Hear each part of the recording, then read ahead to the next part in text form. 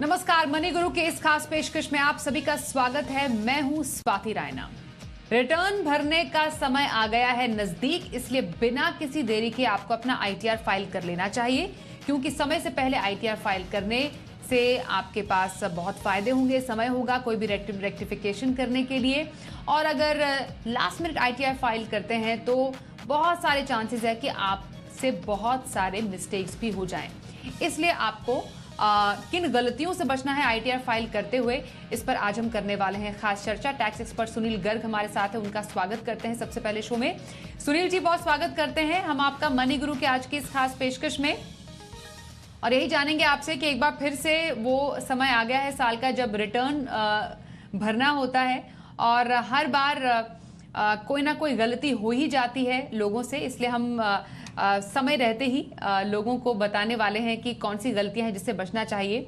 Usually return भरते time कौन सी बहुत ही कॉमन गलतियां हैं सुनील जी जो हो जाती हैं, या कौन सी इंफॉर्मेशन है जो हम आम तौर पर मिस कर जाते हैं, लगता है कि ये तो भरना जरूरी नहीं है? सबसे पहले उन कुछ एक गलतियों के बारे में मैं आपसे जानना चाहूंगी, फिर डिटेल में आगे और भी चर्चा करेंगे। नमस्कार स्वाति। सबसे पहले जैसे आपने कहा कि रिटर्न भरना एक रिचुअल नहीं है, अब ये बड़ा टेक्निकल सब्जेक्ट होता जा रहा है, क्योंकि सरकार आर्टिफिशियल इंटेलिजेंस के माध्यम से आप पर नजर रख रही है। तो जो हम सोचते हैं कि रिटर्न एक ऐसे भर दीजिए, अब नहीं भर सकते। आपको ये ध्यान रखना पड़ेगा कि कोई गलती ना हो जाए, क्योंकि अगर गलती हो गई तो उसका परिणाम बड़ा भयंकर होता है। आपकी रिटर्न डिफेक्टिव हो जाती है, आपको इंटरेस्ट और पेनल्टी दोनों लगते हैं। जनरली क्या क्या गलती होती है? सबसे पहले तो लोग सही टाइम का ध्यान ही नहीं रखते कि रिटर्न हमको भरनी है। तो देख लीजिए, रिटर्न भरने की जो ड्यू डेट है वो 31 जुलाई है, उस पर कोई एक्सटेंशन नहीं है। अगर आपने टाइम पे रिटर्न नहीं भरी तो आपको लेट फीस लगेगी और ब्याज भी लगेगा। दूसरी गलती, लोग गलत फॉर्म चुन लेते हैं कि हमें कौन सा फॉर्म चुनना है। देखिए, 7 तरह के फॉर्म दे रखे हैं सरकार ने अलग अलग लोगों के लिए, लेकिन इंडिविजुअल के लिए 4 तरह के फॉर्म है, आईटीआर 1, 2, 3, 4। लेकिन आपको फॉर्म ध्यान से चुनना है। मसलन अगर आपकी कैपिटल गेन से इनकम है तो आप आईटीआर 1 नहीं भर सकते, आपको आईटीआर 2 ही भरना होगा। आपकी इनकम 50 लाख से ज्यादा है तो आपको आईटीआर 2 भरना होगा। आपकी बिजनेस इनकम है तो आपको आईटीआर 3 भरना होगा। इसलिए आईटीआर फॉर्म चुनने से पहले आप ध्यान कर लीजिए कि मुझे कौन सा आईटीआर फॉर्म भरना है। और स्वाति, ऐसी टेक्निकल बातें हैं जो लोग भूल जाते हैं। जैसे अगर मान लो आपको गिफ्ट मिला, या आपको कोई एग्जेम्प्ट इनकम हो गई, या आपको कोई एग्रीकल्चर इनकम है, लोग उसको भरना भूल जाते हैं। लोग समझते हैं कि ये तो हमारी एग्जेम्प्ट इनकम है, इस पर तो हमें टैक्स देना ही नहीं था। आपको रिटर्न डिक्लेयर करनी बहुत जरूरी है। अगर आपकी 50 लाख रुपए से ज्यादा इनकम है, और विशेषकर जो सैलरीड एम्प्लॉइज हैं, वेतन भोगी हैं, उनको ये पता नहीं है कि आपको बैलेंस शीट भी साथ लगानी होती है, स्टेटमेंट ऑफ अफेयर, और लोग उसको बड़ी कैजुअल में भर देते हैं। मेरे पास एक गाड़ी है, एक मकान है, ऐसी ज्वेलरी है। आपको नहीं करना, आपको प्रॉपर बैलेंस शीट बनानी है। एक और गलती करते हैं लोग, कैपिटल गेन अगर आपको हुआ है प्रॉपर्टी पर, तो लोग समझते हैं कि मेरे को मकान खरीदने के लिए 2 साल का टाइम है, बनाने के लिए 3 साल का टाइम है। वो तो है आपको टाइम, लेकिन 31 जुलाई की डेट याद कर लीजिए। अगर आपने नया मकान नहीं खरीदा या नया मकान नहीं बनाया है, और आपने पिछले साल में कोई प्रॉपर्टी बेची है तो 31 जुलाई तक, और आपने पिछले साल में कोई प्रॉपर्टी बेची है तो 31 जुलाई तक से पहले आपको कैपिटल गेन अकाउंट स्कीम में पैसा ट्रांसफर करना पड़ेगा। लोग पैसे को सेविंग अकाउंट में रख लेते हैं और उस पर टैक्स लग जाता है। वो ये समझते हैं कि हमारा तो टैक्स लगना नहीं चाहिए। ऐसी बहुत सारी गलतियां हैं जिनको ध्यान रखना चाहिए। अगर आपने, कहते हैं ना, सावधानी हटी और दुर्घटना घटी। बिल्कुल, तो आपने काफी सारे to dos and not to dos बताए सुनील जी, जो हमें जिनका ध्यान रखने की जरूरत है। कई लोगों ने तो अपने टैक्स रिजीम भी बदले होंगे सुनील जी, तो आईटीआर में उन्हें क्या बताने की जरूरत है, क्या जानकारी देने की जरूरत है? देखिए, पहली बात तो ये मान लीजिए कि अगर आप सैलरीड एम्प्लॉई हैं तो आप हर बार टैक्स रिजीम चेंज कर सकते हैं, ये आपकी चॉइस है। लेकिन अगर आप बिजनेस से आपकी इनकम है, आपकी प्रोफेशन से इनकम है, आप डॉक्टर हैं, आप कंसल्टेंट हैं, आप आर्किटेक्ट हैं, आप चार्टर्ड अकाउंटेंट हैं, तो आपको ये मौका जिंदगी में एक बार मिलता है। आप नए रिजीम में चले जाइए। अगर आपने गलती की तो वापिस आपको जाने का मौका नहीं मिलेगा। दूसरी बात, जो अक्सर गलती करते हैं स्वाति, लोग नया रिजीम तो चुन लेते हैं, लेकिन फॉर्म 10 आई आईई को भरना भूल जाते हैं और बाद में उनकी जो टैक्स की असेसमेंट आती है वो पुराने रेट पे लग के आती है। डबल नुकसान, डिडक्शन उन्होंने क्लेम नहीं की, वो तो मिलती नहीं है और जो आपका टैक्स है वो पुराने रिजीम में लग जाता है। तो जो 78,000 का फायदा हमारी माननीय वित्त मंत्री जी ने बताया था कि टैक्स पेयर को होगा, वो 78,000 और प्लस ब्याज लग के 1 लाख का नुकसान हो जाता है। इसलिए अगर नए रिजीम में जा रहे हैं तो आप फॉर्म 10 आईडी जरूर फाइल कीजिए। बिल्कुल, तो टैक्स रिजीम बदला है तो फॉर्म आईई एक ऐसा फॉर्म है जो आपको रिटर्न के टाइम भरना बेहद जरूरी है। अब थोड़ा सा इंफॉर्मेशन आपसे ये चाहिए कि अगर कोई आय एआईएस यानी एनुअल इंफॉर्मेशन स्टेटमेंट में दिखाई गई है तो क्या उस आय पर टैक्स देना ही पड़ेगा? क्या ये मैंडेटरी होता है, चाहे वो टैक्सेबल हो भी या ना? बहुत बड़ी गलतफहमी है, बहुत कंफ्यूजन है इसको लेकर। बहुत सारी आय आय ऐसी होती हैं स्वाति, जो हमारी आय नहीं होती, लेकिन 26 ईयर्स में या एआईएस पे दिखाई देती है। मान लीजिए आपने कोई प्रॉपर्टी बेची और आपको वित्त वर्ष 21-22 में उस पे एडवांस आ गया 50 लाख रुपए। आपने प्रॉपर्टी 2 करोड़ की बेची है, तो वो क्या करेगा 1% आपका टीडीएस काट देता है 50,000 रुपए। अब समस्या ये होती है कि टीडीएस काट लिया और आपने उस आपकी आय तो है नहीं, क्योंकि आपकी तो सैलरी अगले साल में होनी है। तो लोग बड़ा कंफ्यूज होते हैं और लोग कंफ्यूजन में क्या करते हैं, उस टीडीएस का तो बेनिफिट ले लेते हैं रिफंड क्लेम करने के चक्कर में और आय नहीं दिखाते, नुकसान हो जाता है, पेनल्टी लग जाती है। ऐसे केस में आपको क्या करना चाहिए, अगर वो आपकी आय टैक्सेबल नहीं है और वो आपकी इनकम में आ रही है, एआईएस में आ रही है, तो आप क्या कीजिए, आप उस टीडीएस को भी कैरी फॉरवर्ड कर लीजिए, क्योंकि मैचिंग कंसेप्ट है। जब आप इनकम दिखाएंगे तभी आपको टैक्स देना है, तभी आपको टीडीएस का बेनिफिट लेना है। दूसरी समस्या जैसे एनएससी को लेके आती है, नेशनल सेविंग सर्टिफिकेट। बहुत सारे लोग क्या करते हैं कि इसकी इनकम को जब वो लास्ट में मैच्योर होता है तब उसको चार्ज करते हैं, तब इनकम दिखाते हैं, लेकिन वो हर साल उस पर मैच्योरिटी मिल जाती है, हर साल इंटरेस्ट मैच्योर हो रहा होता है। हम लोगों को सलाह देते हैं कि आप हर साल उस टेबल से एनएससी पर या बैंक की एफडीआर, बैंक की मान लीजिए 5 साल की एफडीआर है, हर साल बैंक आपका एक्रू कर रहा है इंटरेस्ट, और अगर आप रिसीट बेस पे दिखाना चाहते हैं टैक्स को, इनकम को, तब भी आप कैरी फॉरवर्ड कर सकते हैं। अदरवाइज उस साल इनकम दिखाइए, टीडीएस को मैच कीजिए और टैक्स भर दीजिए। ये मुझे थोड़ा सा इन्फॉर्मेशन आप ये भी दीजिए सुनील जी, ये एआईएस जो है ये तो रिसेंटली लाया गया है। फॉर्म 26 जो फॉर्म जो है वो 26 एएस में सारी जानकारी यूजुअली होती है हमारे आय की और जो डिडक्टेड टैक्स है। ये एआईएस उससे कितना अलग है और क्या क्या ब्यौरा इसमें होता है? देखिए स्वाति, 26 एएस में बेसिकली हमारी टीडीएस की जानकारी हुआ करती थी कि आपका टैक्स किसने काटा। एआईएस उसका एक विस्तृत स्वरूप है, बड़ी डिटेल्ड इंफॉर्मेशन है। आपको सरकार, ध्यान होगा, वित्त मंत्री जी, माननीय वित्त मंत्री जी ने कहा था कि हम ऐसा सिस्टम बना देंगे कि आपकी रिटर्न प्रीफिल होके आएगी, जहां पर आपकी सारी इनकम हम बता देंगे, ये आपकी इनकम हमारे रिकॉर्ड में है, आप केवल यस नो कीजिए और आपकी रिटर्न फाइल हो जाएगी। तो एआईएस उसी तरफ बढ़ता हुआ एक कदम है। आपकी इंटरेस्ट की इनकम कितनी है, आपकी डिविडेंड की इनकम कितनी है, आपका टैक्स कितना डिडक्टेड हुआ है, और जो भी इनकम डिक्लेयर्ड है, जो भी सरकार के पास इंफॉर्मेशन सिस्टम से इनकम आ रही है, वो सारी एआईएस में होती है। आपके म्यूचुअल फंड कितने परचेज किए हैं, आपने कितने मैच्योर करवाए हैं, आपको कितनी इनकम हुई है। इसलिए एआईएस को देखना, तो आप समझ लीजिए कि आपकी कुंडली है, उसको पहले आपको देखना है, उसके बाद ही रिटर्न फाइल करनी है। और कोई इनकम मैच नहीं हो रही है, मान लीजिए आपको लगता है कि मेरी इनकम नहीं है, तो उसका एक रिकंसिलिएशन बनाकर जरूर रखिए, क्योंकि जब भी नोटिस आएगा आपको रिकंसिलिएशन भेजना पड़ेगा डिपार्टमेंट को। बिल्कुल। अब आपने तो शुरुआत में बता दिया कि सही फॉर्म चुनना बेहद जरूरी है। सबसे पहला स्टेप तो यही है कि आप आईटीआर भरने जाए तो सही आईटीआर फॉर्म आपको चूज करना है। मैं आपसे एक बार फिर से रिकैप लेना चाहूंगी उन दर्शकों के लिए जो अभी हमारे साथ जुड़े हैं, किन के लिए कौन सा आईटीआर फॉर्म है, क्योंकि 7 आईटीआर फॉर्म है। कई लोग कंफ्यूज भी हो सकते हैं। जो सैलरीड है उनके लिए तो बहुत आसान है, लेकिन कई इतने सारे फॉर्म्स में कई लोगों को कंफ्यूजन रहती है कि कहीं एक ही आईटीआर फॉर्म भरना है, हमें कहीं 2 आईटीआर फॉर्म तो नहीं भरने, क्योंकि अलग अलग सोर्सेज से हमारी इनकम आ रही है। तो ये आईटीआर फॉर्म किन के लिए कौन से हैं, इसके बारे में एक बार फिर से बताइए सुनील जी। हम इसको बड़ी सरल भाषा में समझाने की कोशिश करते हैं स्वाति। देखिए, आईटीआर 5, 6, 7 ये बिजनेसमैन के लिए है, भूल जाइए आप। कंपनी के लिए है, ट्रस्ट के लिए है, फर्म के लिए। अब बाकी बचे 4। आईटीआर 1 सबसे सहज फॉर्म है, सबसे सिंपल फॉर्म है, लेकिन उसमें कंडीशन ये है कि आपकी बिजनेस इनकम नहीं होनी चाहिए। पहली बात तो आपकी एक हाउस प्रॉपर्टी से इनकम होनी चाहिए, आपकी कैपिटल गेन नहीं होनी चाहिए, आपको एग्रीकल्चर इनकम केवल 5,000 रुपए तक होनी चाहिए, फिर तो आप आईटीआर 1 भर सकते हैं। अगर आपकी 50 लाख से ज्यादा इनकम है तो आपको आईटीआर 2 भरना होगा, लेकिन उसमें भी बिजनेस इनकम नहीं होनी चाहिए। बिजनेस इनकम का फॉर्म है 3। बिजनेस इनकम अगर आपकी है, प्रोफेशनल इनकम है, तो आईटीआर 3 जाएगा। आईटीआर 2 में आपको कैपिटल गेन हो गया, आपकी 50 लाख से ज्यादा इनकम हो गई, यानी जो सैलरीड एम्प्लॉय बड़े हो गए, जिनके पास दूसरा सोर्स ऑफ इनकम आ गया, वहां पर आईटीआर 2।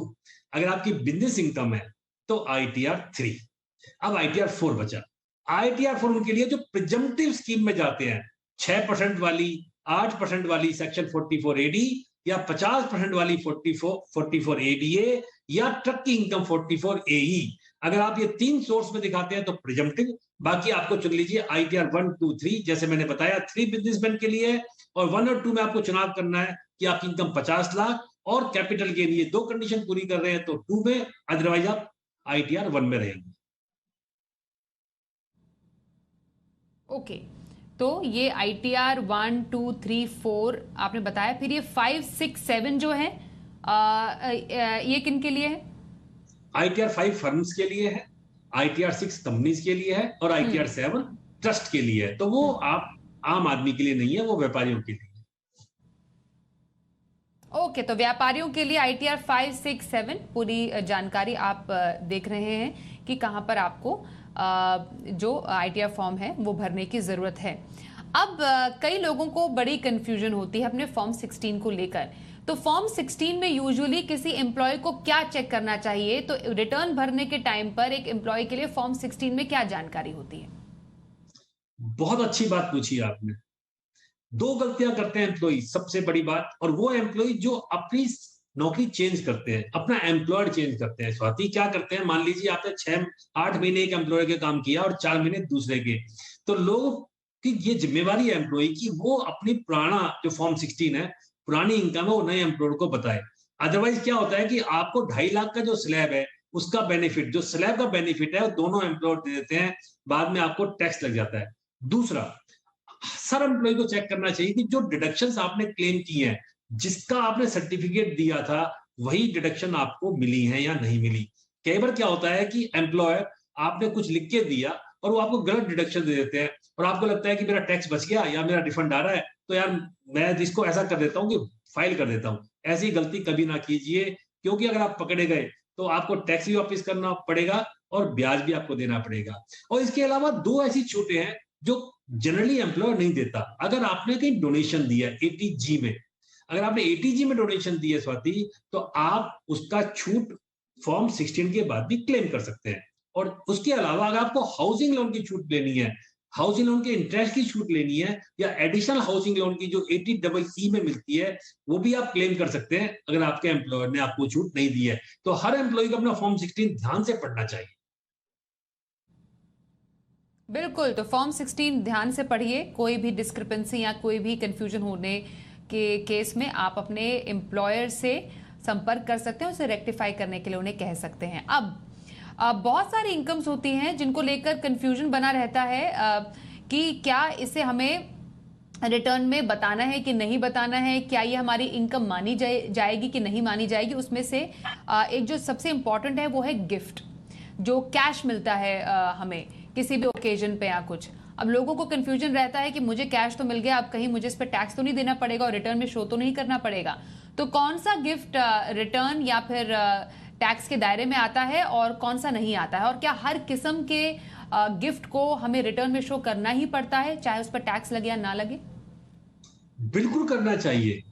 लोग ये गलती करते हैं, वो कहते हैं कि कोई गिफ्ट हमारी एग्जेम्प्ट इनकम है तो हमें दिखाने की क्या जरूरत है। वहां पर एक कॉलम है जहां आप एग्जेम्प्ट इनकम दिखा सकते हैं, क्योंकि जब बाद में आप उसको इन्वेस्टमेंट करेंगे तो आपको सोर्स कहां से बताएंगे। और देखिए, हमारे यहाँ पर एक धारा है 56(2)(10), 56(2)(10), उसमें लिखा हुआ है कि अगर आपको ब्लड रिलेटिव से कोई गिफ्ट आता है तो वो पूरा एग्जेम्प्ट है, उस पर कोई टैक्स नहीं लगता। लेकिन अगर आपको गिफ्ट नॉन रिलेटिव से आता है, आपके कजिन से आता है, आपके पड़ोसी से आता है, शादी के अलावा, शादी के मौके पर तो किसी को मिले, वो टैक्सेबल होता है। 50,000 रुपए तक की लिमिट है। अगर आपने 50,000 तक लिया तो कोई टैक्स नहीं, 50,000 से जैसे ही आप बढ़ते हैं 51,000, तो आपको पूरे 51,000 पे टैक्स देना होता है। अगर वो टैक्स लगा तो इनकम फ्रॉम अदर सोर्स में आपको दिखाना चाहिए। अगर आपका गिफ्ट रिलेटिव से आया या शादी के टाइम आया, जो कि एग्जेम्प्ट गिफ्ट होते हैं, मेरी सलाह है कि आप उसको भी डिक्लेयर कर दीजिए कि मुझे इस ओकेजन पर ये गिफ्ट मिला और ये मैंने इन्वेस्टमेंट किया। ओके। सुनील जी, कुछ सवाल भी हमारे पास आ रहे हैं फेसबुक पर, क्योंकि इस बार जो प्रावधान आया है वो प्रीफिल्ड आईटीआर का आया है और बहुत सारी जानकारी जो होती है वो आपके आईटीआर फॉर्म में ऑलरेडी प्रीफिल्ड होती है। अब ऐसे ही एक हमारे दर्शक हैं रमाकांत दुबे, वो हमें कह रहे हैं कि ये सीनियर सिटीजन है और इन्होंने आईटीआर 2 फाइल किया है और इन्होंने देखा है कि इनका आईटीआर 2 प्रीफिल्ड नहीं है। अब आईटी कस्टमर केयर पे जब उन्होंने संपर्क किया तो कोई सेटिस्फैक्टरी आंसर नहीं आया। तो इनकी समस्या का समाधान कीजिए कि क्या आईटीआर 2 प्रीफिल्ड होता है या फिर आईटीआर 1 ही अभी प्रीफिल्ड होने के दायरे में आता है।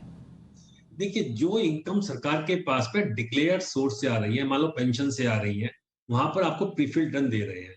अगर बाई चांस आपका आईटीआर फिल नहीं हुआ है तो आप क्या कीजिए, आप खुद फिल कर लीजिए। और जहां तक मेरी जानकारी है, अभी आईटीआर 1 ही प्रीफिल होके आ रहे हैं। अभी आईटीआर 2 में, क्योंकि वो उसमें कैपिटल गेन की इनकम भी है, बाकी इनकम्स भी है, तो शायद वो फिल होके नहीं आ रहे हैं। लेकिन फिर भी अगर आपको कोई शिकायत है, कोई दिक्कत है, तो आप ई ग्रीवांस पे जाकर वहां पर डाल सकते हैं।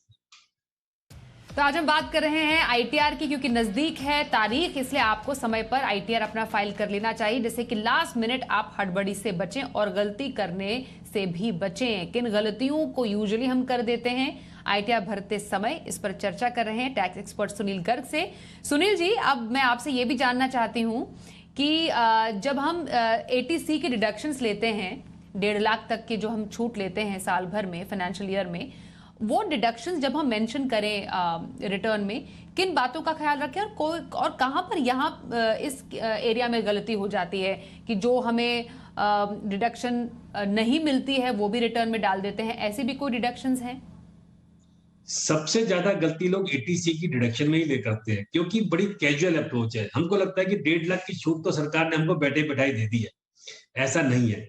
देखिए, जीवन बीमा जैसे आपने इंश्योरेंस लिया, तो लोगों को एक गलतफहमी है कि मैं इंश्योरेंस की कोई भी किस्त भरूंगा तो उसको छूट मिलेगी। ऐसा नहीं है। 1 अप्रैल 2012 के बाद में केवल 10%, 5 लाख का बीमा लिया, 50,000 तक की किस्त आपको अलाउड है। अगर 60,000 आपने किस्त भरी है तो 50,000 मिलेगा। दूसरी गलती लोग क्या करते हैं, जनरली यंग एम्प्लॉइज करते हैं जिनकी शादी नहीं हुई है। उनको लगता है कि मैंने अपने पेरेंट्स के नाम से एलआईसी करवा ली या जीवन बीमा ले लिया तो उसकी छूट मिल जाएगी। नहीं है जी, ऐसा नहीं है। आप अपनी स्पाउस और अपने बच्चों के नाम से अगर लेंगे तो छूट मिलती है। पेरेंट्स के लिए हाँ मेडिक्लेम करवाएंगे, उसकी छूट सरकार ने दी है, जीवन बीमा की छूट नहीं दी है। तीसरी गलती क्या करते हैं, आजकल हमारे बच्चे बहुत विदेश में पढ़ते हैं। हमें लगता है कि ट्यूशन फीस, हम जो स्कूल की फीस दे रहे हैं वो 1.5 लाख तक माफ है, और हम क्या देखते हैं, जो भी स्कूल ने चार्ज किया वो पूरा पूरा क्लेम कर लेते हैं। ऐसा नहीं है। केवल ट्यूशन फीस की छूट है, वो भी 2 बच्चों तक। अगर आपके स्कूल या कॉलेज ने बाकी कोई चार्जेस लिया है, डेवलपमेंट फंड लिया है या कोई और क्लासेस से के चार्जेस ले लिए हैं, तो वो आपको छूट नहीं मिलती। और सबसे बड़ी गलती जो करते हैं स्वाति, वो करते हैं हाउसिंग लोन की रीपेमेंट को लेके। लोगों को एक गलतफहमी है कि मेरे को हाउसिंग लोन की रीपेमेंट जो 1.5 लाख की छूट है वो मिल गई, मिलती है। लेकिन आप ये बात ध्यान रखिए कि आप वो मकान 5 साल तक नहीं बेच सकते। लोग बेच देते हैं अपना फ्लैट, और वो अगर आपने बेच दिया तो जितनी आपने प्रीवियस ईयर्स में छूट क्लेम की है, सारी की सारी आपको वापस करनी पड़ेगी, उस पर टैक्स देना होगा। तो आपको इन बातों का विशेष ध्यान रखना है जब एटीसी की छूट क्लेम करें, कि उसके साथ राइडर है, कैविएट है, कुछ कंडीशंस हैं, टर्म्स एंड कंडीशन लिखी हुई है सरकार ने, हमें उसको फॉलो करना है। क्योंकि अगर पकड़े गए तो आपको बड़ा भयंकर पेनल्टी और जुर्माना लगता है। ओके। एक क्वेरी आ रही है एटीईई को लेकर सुनील जी, जो होम लोन पर छूट मिलती है, वो थोड़ा सा कंफ्यूजन क्लियर कीजिए। पहले 2 लाख था, 50,000 हुआ है, तो वो किसमें जानकारी भरनी है? नहीं नहीं, एटीईई में आपको 1.5 लाख रुपए की एडिशनल छूट मिलती है। जो 2 लाख की छूट आपको धारा 24 में मिलती है, वो तो मिलती रहेगी। लेकिन उसमें कंडीशन ये है कि आपका जो हाउसिंग है, जो मकान है, वो 45 लाख से ज्यादा नहीं होना चाहिए। और आपने उस मकान को, जो फर्स्ट टाइम आप बायर हैं, और आपने वो मकान हाउसिंग लोन लेकर परचेज किया होना चाहिए। तो सरकार का कहना था कि आप फर्स्ट टाइम होम बायर हैं, पहले मकान बार मकान ले रहे हैं, 45 लाख से ज्यादा मकान नहीं ले रहे हैं, तो हम आपको 2 लाख 24 में और 1.5 लाख आपको 80EE में छूट मिलती है, यानी पूरा का पूरा आपको ब्याज माफ हो जाता है आपको। ओके। अब ये बताइए सुनील जी कि जो कैपिटल गेन से आए हैं, इस इंफॉर्मेशन को भरने में यूजुअली कौन सी गलती हो जाती है? गलतियां ही गलतियां करते हैं इस वक्त, बहुत गलतियां करते हैं लोग। पहली गलती तो ये करते हैं, लोगों को लगता है कि मुझे कैपिटल गेन हुआ तो मुझे टैक्स नहीं जमा करवाना, मैं कभी भी मकान परचेज कर लूंगा, या मैं कभी भी मैंने फ्लैट लिया तो मुझे छूट मिलेगी। ऐसा नहीं है। देखिए, ध्यान से सुनने वाली बात है कि अगर आपने कैपिटल गेन आपको हुआ तो आप 1 साल पहले या 2 साल तक या 3 साल तक मकान बना सकते हैं और 2 साल तक परचेज कर सकते हैं। लेकिन बीच में आपकी 31 जुलाई आ जाती है। मान लीजिए आपने वित्त वर्ष 21-22 में मकान बेचा या कोई प्रॉपर्टी बेची, कोई कैपिटल गेन आपको हुआ है, तो 31 जुलाई 22 तक आप मकान तो 2 साल तक ले सकते हैं, लेकिन 31 जुलाई 22 से पहले आपको जो आपने पैसा इस्तेमाल नहीं किया है उसको कैपिटल गेन अकाउंट स्कीम में जमा करवा देना चाहिए। ऐसे अगर मान लो फ्लैट आपने किस्तों में लिया है तो वो भी पैसा आपको जमा कर देना चाहिए जो आपने नहीं करवाया। इसके अलावा अगर आपने शेयर्स में ट्रेडिंग की है, शेयर्स में आपने सेल परचेज किया, तो आपको बकायदा पूरी डिटेल देनी होती है कैपिटल गेन के लिए। शॉर्ट टर्म कितना है, लॉन्ग टर्म कितना है, शॉर्ट टर्म लॉस कितना हुआ, लॉन्ग टर्म लॉस कितना हुआ, और आप उसको सबको एडजस्ट नहीं कर सकते। जैसे लॉन्ग टर्म जो कैपिटल, अगर आपको शॉर्ट टर्म लॉस हो रहा है तो लॉन्ग टर्म कैपिटल गेन से एडजस्ट कर सकते हैं, लेकिन रिवर्स ट्रू नहीं है। तो इन बातों का आपको विशेष ध्यान रखना है। और सबसे बड़ी गलती करते हैं लोग ज्वेलरी को जब बेचते हैं। आपने पुरानी ज्वेलरी बेची, पुश्तैनी ज्वेलरी बेची और नई ज्वेलरी ले ली, लोगों को लगता है कि मैंने 100 ग्राम बेची थी, 100 ग्राम खरीदी तो मुझे टैक्स का क्या मतलब। ऐसा नहीं है। आपको बेचने पर टैक्स लगेगा और खरीदने पे कोई छूट नहीं मिलेगी। और आपको एक बात तो याद रखनी है, सोने के भाव, गोल्ड के भाव पिछले 10-12 सालों में बहुत बड़े हैं, बहुत बड़ा कैपिटल गेन आता है। इसलिए अगर आप पुरानी ज्वेलरी, पुश्तैनी ज्वेलरी बेच रहे हैं तो आपको उस पर कैपिटल गेन देना होगा। हाँ, पुश्तैनी ज्वेलरी बेचने के बाद आपने मकान ले लिया 54F में, या तो आपको छूट मिल जाती है, आप हाउसिंग ले सकते हैं। लेकिन आप ये सोचिए कि मैंने ज्वेलरी के बदले ज्वेलरी लेके ले लिया तो आपको छूट नहीं मिलती। और एक जो बड़ा कंफ्यूजन लोगों को कि कैपिटल गेन टैक्स पे एडवांस टैक्स जमा नहीं करवाना होता, इस कंफ्यूजन को भी दूर कर दीजिए। अगर आपने कैपिटल गेन आपको हो गया और आपको छूट क्लेम नहीं करनी है तो आपको एडवांस टैक्स भी जमा करवाना होता है, उस पर इंटरेस्ट आपको देना पड़ता है। ओके। और जो शेयर्स पर डिविडेंड आया, तो शेयर्स में सेल परचेज अगर की है तो वहां पर किन बातों को ध्यान में रखें?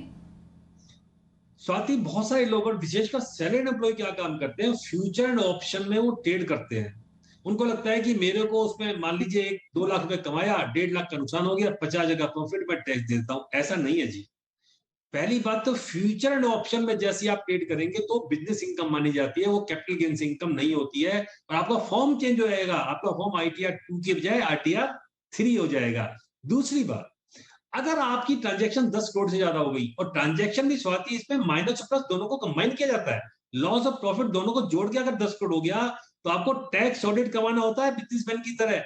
लोग गलती करते हैं, वो घर बैठे और फ्यूचर ऑप्शन में ट्रेड करते रहते हैं और वो समझ नहीं पाते कि हम कब 10 करोड़ क्रॉस कर गए। तो आपको टैक्स ऑडिट भी करवाना है, प्रॉपर आपको ऑडिटर से रिपोर्ट लेनी है, ITR 3 फॉर्म बनना है। इस बात का विशेष ध्यान रखना है आपको। कुछ सवाल भी हमारे पास आ रहे हैं सुनील जी, हम ईमेल से ही अभी सवाल लेते हैं। भुवनेश्वर से भावना साहू का सवाल है, कह रहे हैं कि इन्होंने लास्ट फाइनेंशियल ईयर 21-22 में क्रिप्टो में पैसा लगाया, और अब क्योंकि अब इस साल से तो क्रिप्टो की कमाई पर भी टैक्स लग गया 30% का। अभी कह रहे क्योंकि अब नियम तो अभी से शुरू हुआ है, तो पुरानी जो इनकी कमाई थी उन पर, उस पर किस हिसाब से टैक्स लगेगा? साथी, इसमें लोगों को ये कंफ्यूजन था पहले कि कुछ लोग तो उसको कैपिटल गेन में टैक्स करते थे, कुछ लोग बिजनेस इनकम मानते थे, और कुछ अदर सोर्सेज में लेके जाते थे, क्योंकि अलग अलग नियम है, अलग अलग रेट का टैक्स है। माननीय वित्त मंत्री जी ने बजट 2022 में इसको रेगुलराइज कर दिया कि आपको 30% टैक्स देना है। ये बात आपको ध्यान में, 30%, 30% अदर सोर्स में जाना है आपको, और आपको कोई लॉस एडजस्ट नहीं मिलेगा। इवन एक क्रिप्टो में अगर लॉस है और दूसरे क्रिप्टो में फायदा है तो फायदे पे सरकार टैक्स दे लेगी, आपको लॉस नहीं देगी। आपको बिटकॉइन में फायदा हुआ, बिटकॉइन में लॉस हुआ, तब तो आपको बेनिफिट है। आपको बिटकॉइन में फायदा हुआ, अर्थनेट में लॉस हो गया, तो अर्थनेट के लॉस पे कोई बेनिफिट नहीं, बिटकॉइन पे आप टैक्स दे दीजिए। दूसरी बात जो आपने पूछा, बड़ा रेलिवेंट सवाल है, बहुत लोगों की समस्या है। लास्ट ईयर क्योंकि रेट 30% नहीं था, आप नॉर्मल रेट पे टैक्स दीजिए, लेकिन मेरी सलाह है कि आप अदर सोर्स में ही जाइए। कैपिटल गेन या बिजनेस इनकम में ना दिखाइए उसको। सरकार की मंशा उसको अदर सोर्स पे टैक्स करने की है, चाहे वो 22-23 से ही है, लेकिन 21-22 में भी आप उसको अदर सोर्स में ही टैक्स दीजिए। ओके, एक सवाल और जल्दी से ले लेते हैं। दिल्ली से संजय शर्मा सवाल पूछ रहे हैं। आर्किटेक्ट है ये और क्लाइंट की साइट के लिए इन्हें, क्योंकि इनका जॉब है ऐसा, देश या फिर विदेश में जाना पड़ता है। अब जो ये खर्चे करते हैं तो क्लाइंट जो है खर्चे के बिल की पेमेंट इनका रीइंबर्स कर देता है। अभी कह रहे हैं कि 1 जुलाई से तो नया नियम आया है और मेरे क्लाइंट उसमें 20% टीडीएस काट लेंगे। तो नियम के बारे में समझना चाह रहे हैं कि इन्होंने तो क्लाइंट के लिए खर्च किया है तो टैक्स ये क्यों भरे, तो ये नया नियम क्या है? स्वाति, ये माननीय वित्त मंत्री जी 2022 में नियम लेके आई हैं और ये धारा है 194 आर 194 आर और 1 जुलाई 2022 से नियम लागू हो गया है कि जहां पर कहा गया है कि अगर आपको कोई बेनिफिट या प्रक्विजिट मिला बिजनेस के दौरान तो आपको 20% उस पर टीडीएस काटेगा, 10% टीडीएस काटा जाएगा 20,000 रुपए से ज्यादा। अब सवाल है, जैसे संजय शर्मा जी की समस्या है कि अगर बिल आपके नाम से है तो एक सर्कुलर है सीबीडीटी का, उसमें कहा है कि अगर बिल कंसल्टेंट के नाम से है तो हम ये मान लेंगे कि चाहे वो रिम्बर्स कंपनी कर रही है पर आपको टीडीएस कटवाना पड़ेगा। तो उसकी समस्या का समाधान ये है, अगर आपका बिल रिम्बर्स होता है, आप कंपनी के ब्याह पे खर्चा कर रहे हैं, तो आप बिल भी कंपनी के नाम से ही लीजिए, फिर आपको टीडीएस नहीं कटेगा, आपकी इनकम नहीं मानी जाएगी। ओके, चलिए, तो इस समस्या का भी समाधान हो गया हमारे दर्शक का। बहुत धन्यवाद करेंगे सुनील जी आपका हमारे साथ इस आईटीआर रिटर्न स्पेशल एपिसोड में शामिल होने के लिए और दर्शकों के टैक्स से जुड़ी हुई उलझन को दूर करने के लिए। आपके पास भी कोई सवाल है जरूर हमसे पूछिए। Tax, insurance, loan, mutual fund से जुड़ा हुआ कोई भी सवाल हमसे पूछ सकते हैं। व्हाट्सएप करें या फिर ईमेल आईडी पर भी अपना सवाल भेज सकते हैं, अपना नाम, अपना फोन नंबर के साथ, और प्रॉपर सवाल जरूर लिखिएगा। आज के शो में बस इतना ही। दीजिए इजाजत, नमस्कार।